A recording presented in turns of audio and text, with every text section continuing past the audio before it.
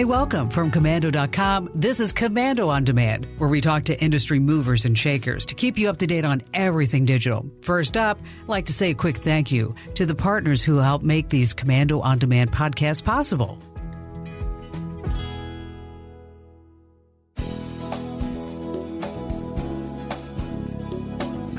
Who wants to travel anymore?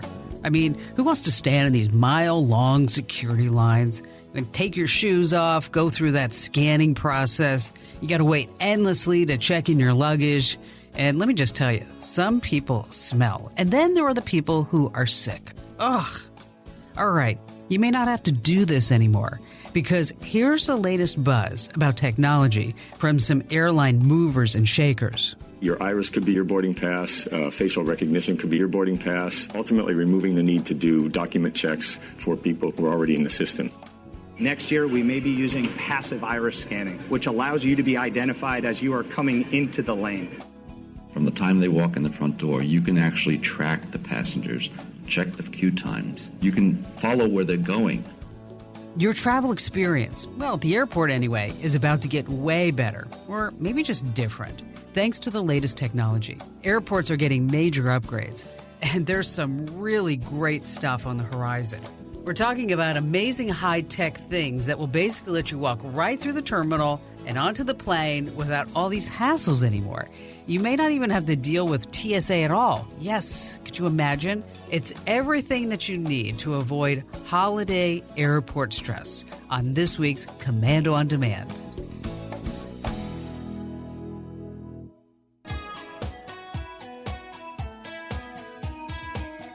Hey, welcome to the conversation. I'm so glad you could join us. We're going to be talking about brand new tech that turns a regular airport into a smart airport. This means less travel hassle for us all. We're going to start with the main thing, the one thing that everybody gripes about. You ready? Those painfully long, slow security lines. Okay, good news. Things are about to speed up. Check this out. You know what a CT scan is, right? I mean, sometimes your doctor will order one so he or she can see exactly what's happening inside of you. I'm talking about stuff that a regular old X-ray just can't detect. Now, that same technology is being used to scan luggage. Analogic Corporation, along with a few other companies, they have developed a line of scanners that create high-quality 3D images of whatever's in your bag. It's basically the same thing as a CT scan, but this puppy covers a full 360 degrees. It's a long word. It's called the Examiner Family of Explosive Detection Systems. Yikes. Whoever came up with that. Definitely not marketing friendly. But here's the deal. It works instantly. So employees don't have to stand there waiting for the image to pop up, and it can see around and through just about anything. So scanning has just become super accurate and lightning fast. All right, let me tell you how fast is fast. Okay, try 350 to 1,200 bags an hour, depending on the model, of course. I mean, that's fast. But here's the best part. At first, the examiners were only used to scan checked-in baggage. Now they're scanning the carry-ons, which means you don't have to take your laptop out of the bag and all the liquids and your cell phone and your jewelry and your belts off and crazy things like that. So far, around 1,000 baggage screening systems are in major airports worldwide. So, bye-bye, X-ray. It's been nice knowing you. And it's definitely time to move on. And coming up in just a few years, I have to tell you that you may not even need an ID to check in anymore. We're going to talk all about it after we hear from one of our partners who help make these Komando on Demand podcasts possible. When I enter the Atlanta airport, I go through and I'm identified by my fingerprints from Clear, and I'm put to the front of the line in front of even pre-check. It's a great service. Delta and their partnership with Clear has me identify myself in the Sky Lounge. I don't have to show any ID or boarding pass. They simply put my fingerprints down on a reader as I enter the lounge, and I'm identified as me, and I go in. That's Dr. Joe Leader. He's the CEO of the Airline Passenger Experience Association. That's right. Until I did this podcast, I didn't know that there was such a thing as the Airline Passenger Experience Association, but we have one. And as you just heard, big changes are happening in airports all over the globe. In 5 years, experts say hopping on a plane will only require a brief stop to smile for a photo. Could you imagine? All right, this is not just the stuff of pipe dreams. It's happening right now at Dubai International Airport. You're recognized even before you walk through security. That's right. Infrared scanners, they're on the ball, picking up every human that walks through the door. Employees are able to tell each individual apart. And don't even try sneaking past the security checkpoint. They've got you color-coded on a big, giant screen, so they can tell if you're a rogue stowaway or a ticketed passenger. Now, I should really back up here and explain something, because there's not a security line per se. You simply walk through a body scan hallway. Then the hallway has these sort of laser molecular scanners. I'm trying to give you the whole picture and explain this to you, but you have to picture it with me. Depending on what your profile is and where you're from, a scan will adjust itself automatically using artificial intelligence to your level of risk. So don't be surprised if you're greeted by an AI police robot at the end of the entranceway. He's only there to help you, of course. He's going to be more than happy to explain the whole process to you if you have questions. But wait, as they say on late night television, there's more. Get ready for another technology thrill.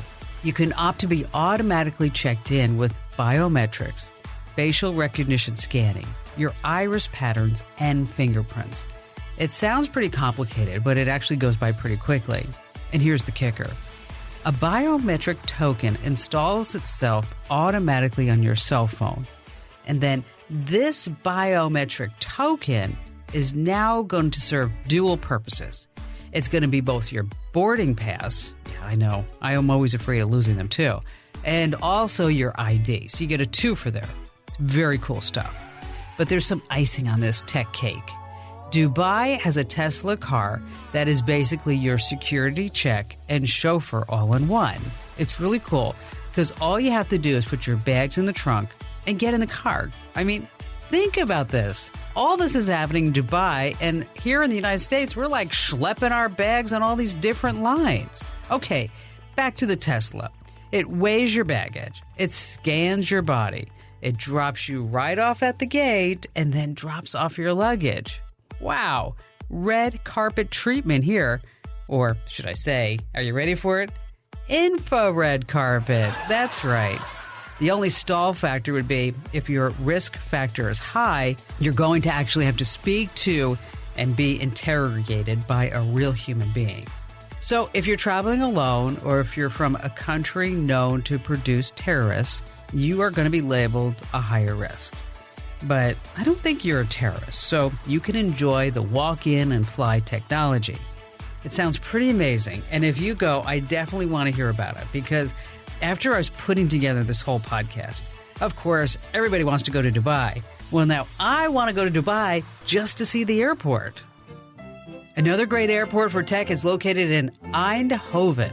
Yes, you know where that is. What do you mean you don't know where that is? Of course you do. It's the oldest city in the Netherlands. But don't let that old city reputation fool you. We're not talking old school here. Eindhoven has grown from this teeny tiny little village to the 5th biggest city in the Netherlands, thanks to a small light bulb manufacturing company. Maybe you've heard of it once or twice. Philips, that's right. Philips just didn't grow, it exploded. Eindhoven is now known the world over for its high-tech industry, schools, and design. And then they have this fabulous airport. Let's say you're going to be flying out of the Eindhoven airport next year. Well, developers are fine-tuning an app that's absolutely going to floor you. Here's how the flow works. It's connected to the airport like a hub. You open up the app, upload a selfie, get special offers wherever you're going, and then you book your flight. You can arrange for luggage pickup, airport drop-off and check-in, plus whatever transportation you might need. All on your phone, all on the app. You don't even need to pay. It's automatically charged to your account. When you arrive at the airport cameras will spot you. The app then knows that you're there. It tells you when you should be at security. You can order lunch in advance through the app or by touchscreen menus right on your tabletop. And then your food is automatically charged to your account and then brought to you when you arrive. Okay, think about the last time you went to an American airport. Okay, the food court. It's getting better, but it's nothing like this. Of course, shopping is duty-free. You simply scan the barcode of what you want and have it delivered directly to you. Or you can just scan it, grab it, and head on out and go. You can cruise right through security without removing anything. And you can do this by appointment. Doesn't that make sense? Everyone gets an appointment, so there's no waiting in long lines. When you arrive at your destination, your transportation is waiting for you. Your luggage is delivered directly to your hotel or Airbnb. No longer just sitting there waiting for your bag to come down. And if your luck is like mine, you're like, okay, all the bags have gone out, the carousel has stopped, and you're still standing there. Everything that I mentioned is all in one app. So you don't need to go from side to side, entering your credit card info over and over. Okay, it's done. It's paid for. You don't need to deal with a bunch of different entities. Heck, you barely need to deal with a person at all. Like it or love it, or maybe you just hate it for some reason, but this is where travel and tech are headed. And coming up next, we're going to dig a little bit deeper into the future of these smart airports. They're not just for travel anymore, that's for sure.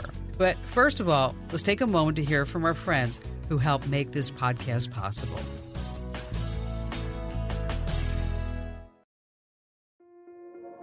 This episode is brought to you by Kia's first 3-row, all-electric SUV, the Kia EV9, with available all-wheel drive and seating for up to 7 adults, with 0 to 60 speed that thrills you 1 minute and available lounge seats that unwind you the next. Visit kia.com/EV9 to learn more. Ask your Kia dealer for availability. No system, no matter how advanced, can compensate for all driver error and or driving conditions. Always drive safely.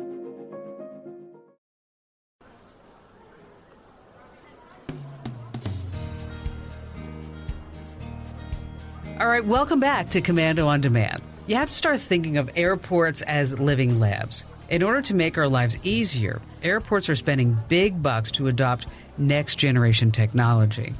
And in order to do all of that, they have to track how we work, move around, what we eat, how we eat, purchase things, and then share all that information. It takes years, but they've just about got us wired. Remember my podcast about the Amazon Go stores? Okay, if you missed that podcast, you really should go back into the archives and listen to it because it's where the future of retail's headed. Amazon didn't just build a grab-and-go store overnight. First, they studied our buying habits. They listened to our griping and our complaining for years to see what would make us happy and maybe help us spend more money with them. Now, contrary to what you think you believe, the fact of the matter is, we don't like waiting in lines. We don't like dealing with inconveniences, which means if you take this to the ultimate conclusion, all right, just think out of the box. We really don't like dealing with other people.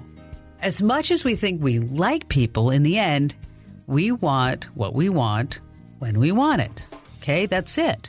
So naturally, our buying trends increase where there is customization and convenience. Those are two really important words when you start looking into the future. And the same is true when we travel. Travelers and commuters demand transportation options. They should be fast. They should be convenient. They should be affordable, comfortable. Yeah, tell the airlines that.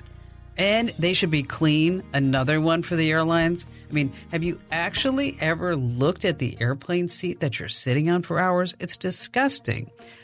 I'm on a tangent, but I'm back. And also flexible alternatives. What do you think of on-demand mobility apps? We're talking about Uber and Lyft. They're so popular. All right, soon we'll be seeing autonomous vehicles used for ride sharing, especially around airports. And I know what you're thinking. Ride sharing? I mean, it's a bus. Not so much. Talking about Hartsfield Jackson, Atlanta, Dallas, Fort Worth, Denver, and Pittsburgh have already implemented AV ride sharing into their terminal area development plans. And it's not just here in the United States. Edmonton International Airport, they're launching this crazy 4-season AV testing program. We don't know a lot about it right now, but they say it's going to be the first connected vehicle testing platform for data sharing. Okay, there's some big words and all that. What I think it means is that there are going to be autonomous vehicles running all around the airport that are going to figure out where you need to go, when you need to be there. They're going to pick you up automatically, check you out, and then get you to your gate. So I have a feeling that all those buses that were riding from the airport parking lot to the terminal, let me just tell you, they're going to be disappearing very soon. Nothing against them, but the sooner the better. I mean, packing into a stinky bus like a sardine is not my favorite vacation pastime. But I digress. Let's get back to the airport. Have you ever thought about having an office at the airport? Okay, it's a great idea for those of you who do a lot of business travel. I mean, we already have those airport lounges, and more companies are incorporating workspaces into airports. Airports are really becoming more and more like mini cities, so workers can just leave the office, hop on a plane in literally minutes. I think it's just awesome. And maybe you've already noticed the changes at your own airport. And if you have, again, I'd really like to know about it. Do you ever wonder if the people getting on your plane are the actual ones who really checked in through security? I mean, ticket switcheroos have been known to happen. And put it this way, it's not a comforting feeling for already stressed out travelers.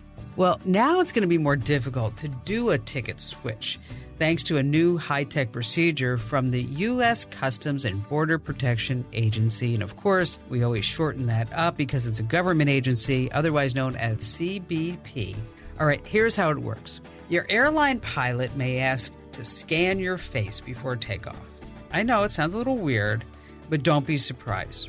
Using facial recognition, the pilot and the CBP can be doubly sure that you're the one who's actually supposed to be on that plane. Now, so far, only non-U.S. citizens on international flights are being processed. But as you know, it's just a matter of time. You can see the new procedure in action at New York's JFK, Washington Dulles, Houston, Atlanta Hartsfield-Jackson, Chicago O'Hare, and Boston Logan airports. Orlando Airport stated that they plan to use biometrics on all international flights by the end of this year. San Jose is actually looking to be the first all-biometric airport on the West Coast. So get ready, it's happening. And guess what? Most people are excited about it. That's right, a recent survey in Condé Nast Traveler, in which 92% of all airline passengers said that they definitely use or be willing to try biometrics if it makes for a better flying experience. I know that I would. As a matter of fact, I was heading off to London a couple of months ago. And right before the TSA pre-check line, there were a couple of guys standing there. They said, hey, do you want to sign up for Clear so you can come over to this little booth and we're going to scan your eyes and your fingerprints. And it's going to cost you like $75 a year, but it's even faster than TSA pre-check. Now, I don't know if you've noticed lately, but the TSA pre-check lines are just as long as the real lines nowadays because everybody has TSA pre-check. So I walk over there with Ian, my son, and Barry, my husband, and we're all excited because we're going to London for a couple of weeks and Paris and Monaco on vacation. And the guy scans my eyes, and then he scans my fingerprints. And then now it comes time for me to put in my credit card, which, by the way, I've already scanned my passport. And then he looks at me and he says, oh, gosh, there's something wrong with this system. What do you mean there's something wrong with the system? I mean, I just gave you my iris, my fingerprints, and my passport. I mean, how can you tell me there's something wrong with the system? Oh, the system is a little glitchy. I'm like, now you tell me it's glitchy.